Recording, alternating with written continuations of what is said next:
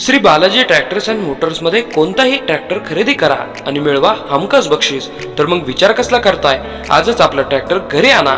आमचा पत्ता Pune Nashik highway, Kukadi colony, Narayangaon, तालुका जुन्नर, जिल्हा पुणे। यंदाच्या वातावरणामध्ये जय मल्हार क्रांती संघटनेचे संस्थापक अध्यक्ष दौलत नाना शितोळे यांच्या वाढदिवसानिमित्त आपल्या सावरगाव गावामध्ये अनेक उपक्रम या ठिकाणी आज राबवले जात आहे। त्यामध्ये आरोग्य शिबिर असेल, ब्लड डोनेशन कॅम्प असेल, शाळेय विद्यार्थ्यांसाठी वह्या वाटप असतील, लोककलावंतांचा सत्कार समारंभ असेल, वृक्षारोपण असेल, असे अनेक कार्यक्रम आज या वाढदिवसाच्या औचित्य साधून या ठिकाणी संपन्न होत आहेत। आणि आज खऱ्या अर्थाने हा कार्यक्रम ज्यांनी आयोजन केलेला आहे ते आपल्या सर्वांचेच मार्गदर्शक आणि समाजाशी नाळ जोडलेलं एक व्यक्तिमत्व आदरणीय बाळासाहेब शिरतर यांच्या विनंतीला मान देऊन या ठिकाणी बरीच सारी मंडळी या ठिकाणी उपस्थित झालेली आहे। त्यामध्ये आमचे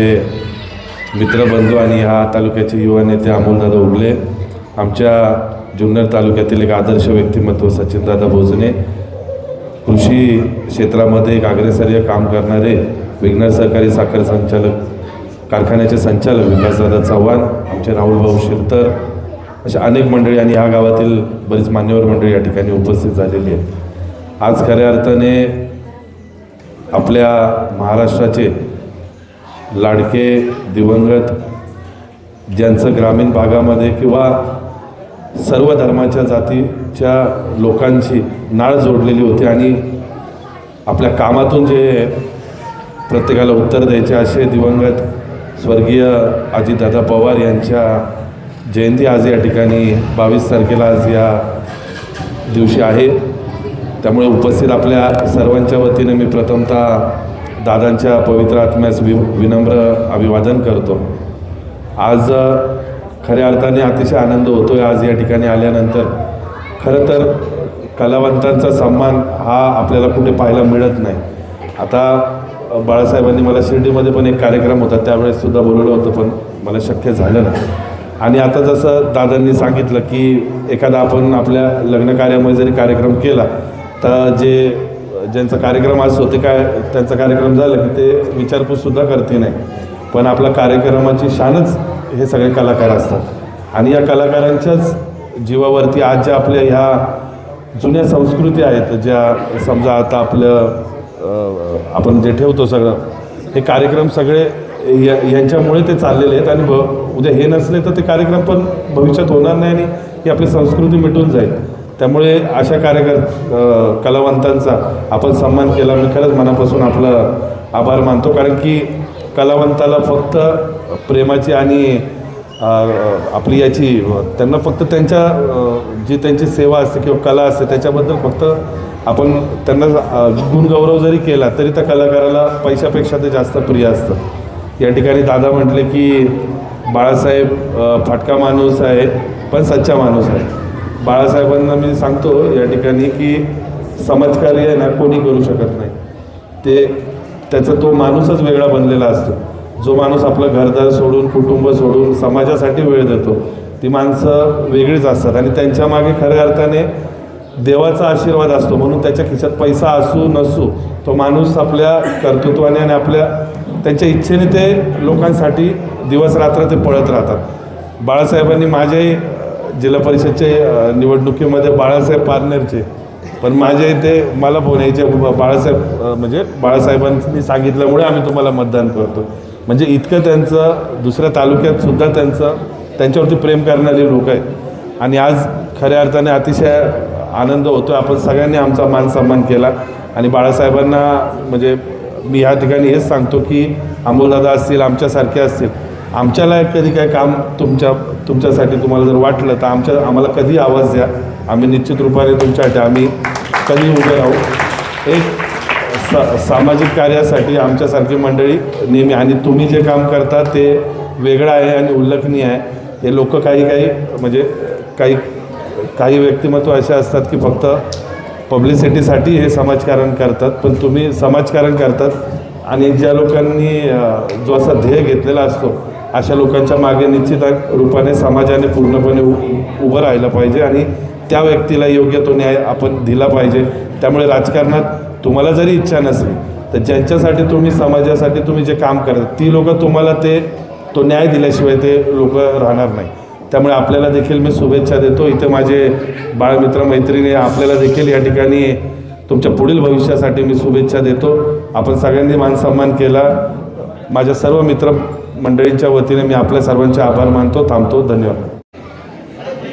या ठिकाणी उपस्थित असलेले सर्वच त्यामध्ये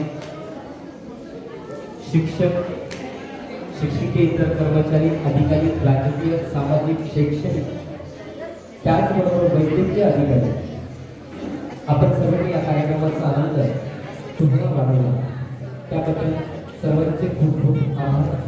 आणि या ठिकाणी आम्हाला आमंत्रित केलं त्याबद्दल आमच्या DBK प्रोडक्शन अर्थात धनगराची बाजू शिगणी गीताचे सर्वस्व आम्हाला या ठिकाणी आमंत्रित केलं. आणि आजचा हा गाव अगदी छोटं आहे, परंतु या ठिकाणी चाललेला जो सोहळा राबवले जाणारे जे कार्यक्रम आहेत ते खूप मोठे आहेत. त्याबद्दल बोलावं आणि कौतुक करावं तितकं थोडं असतं आहे. त्याबद्दल खूप खूप धन्यवाद.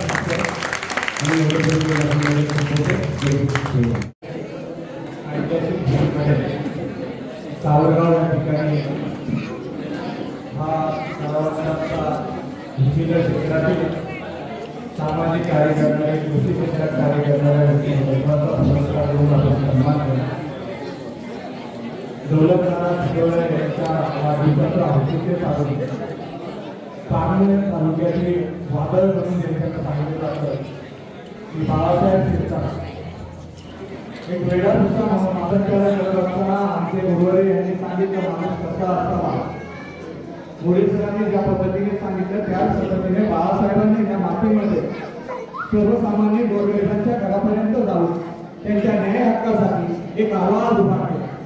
महाराष्ट्राच्या मातीमध्ये सर्व माती धर्माला एकत्र घेऊन स्वराज्याची नांदी या महाराष्ट्रामध्ये उभी राहिली आणि तोच वारसा आणि तोच विचार बाळासाहेबांच्या रूपात सर्वसामान्य गोरगरिबांच्या जवळ खिशात काय आहे हे महत्वाचं नाही, पण हृदयात किती जाणत आहे आणि ती हृदयाची जाणत ठेवणारा आमचा प्रयत्न आहे, आमचा आधार म्हणजे सर्वांसाठी सर्व सत्तर असणारे बाळासाहेब यांनी जो उपक्रम केला आमच्यासारखे सामाजिक काम करणार. मी कधीही सामाजिक कार्यकर्ता म्हणून समाजापुढे आलो नाही, मी कधीही कुठलाही पुरस्कार घेण्यासाठी पुढे आलो नाही. अशा माणसाने पुरस्कार घेतात ज्या माणसाच्या मनामध्ये प्रेम, सद्भावना आणि मानवता लागते. त्या बाळासाहेबांचा पुरस्कार कधी नाकारायचा नाही या हेतूने आपल्या सावरगाव म्हणून. आणि येत असताना आमचे बंधू जिल्हापरिषद सदस्य सन्मान्य वैभव असते, कृषी क्षेत्रामध्ये काम करणारे आणि खूप अभ्यासू व्यक्तिमत्व, साखर कारखान्याचे संचालक, विघ्नर साखर कारखान्याचे संचालक सन्माननीय विकासभाऊ चव्हाण, आम्ही सर्व मंडळी या ठिकाणी आलो. आपण आमचा सन्मान केला. अनेक अनाथ निराधारांची सेवा करत असताना मुलांना हा सन्मान कशासाठी दिला? अनाथ मुलांचं संगोपन करतो म्हणून हा सन्मान स्वीकारला नाही की मी एक पाप बनतो की त्याला सावलीची गरज आहे. त्यांच्या आयुष्यामध्ये त्यांच्या सोयऱ्यांना वेळ देण्यासाठी सोयरे राहण्याच्या माध्यमातून आम्ही काम करत असतो. आणि हे काम करत असताना आमचे बंधू सन्माननीय जे पत्रकार म्हणून समाजामध्ये काम करतात, एक चांगली गोष्ट आहे. त्यांचे विचार घेऊन आम्हाला भुजबळांचे विचार घेऊन या स्वप्नवेची पुढे मुंबईमध्ये लागलं. मी आणि माझी पत्नी दयाची मंगळसूत्र काम घेऊन तिने मला साथ दिली आणि बाळासाहेब त्या संस्थेवर संचालक म्हणून काम करतात. रामदास बाबांसारखी व्यक्तीने त्या संस्थेसाठी पाठ करत असतात. आपण सावरगावचे ज्येष्ठ लोक आम्हाला प्रेम आशीर्वाद देत असतात. कुठल्याही प्रकारचं शासकीय अनुदान नाही.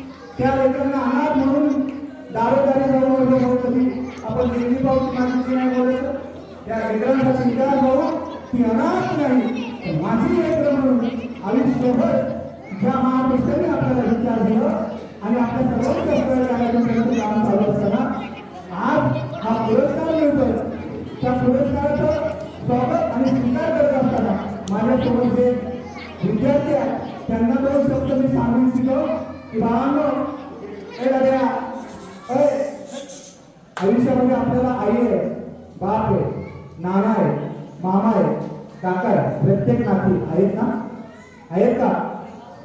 पण या जगामध्ये अशी काही मुलं आहेत की जन्माला आल्यानंतरच त्यांना प्लॅस्टिकच्या पिशवीमध्ये सांडपाण्यामध्ये टाकून दिलं जातं, कचरा पेटीमध्ये टाकून दिलं जातं. कोणतं तरी जनावर येईल आणि त्यांचे भक्ष्य करेल हे त्या जीवाला माहीत नसतं. 3-3 तासाच्या लेकरांचं संगोपन करण्यासाठी त्यांची स्वप्न असतं कुणीतरी त्यांना त्या उन्हाच्या चटक्यापासून वाचवावं, मग त्या सांडपाण्यातून कचरा पेटीतून त्यांना उचलून त्यांच्या मायेची त्यांची प्रेमाची सावली होते. तिचं नाव आहे मंगळ पार्वती स्वप्नवेद आणायचं. तिथे कुठलाही कर्मचारी नाही. तुम्ही सुचवा पांडुरंगाच्या वाढीसाठी हजारो भाविक आता पांडुरंगाकडे जातात, पण माझ्या लेकरांनो तो पांडुरंग तुम्हाला तिथे भेटणार नाही.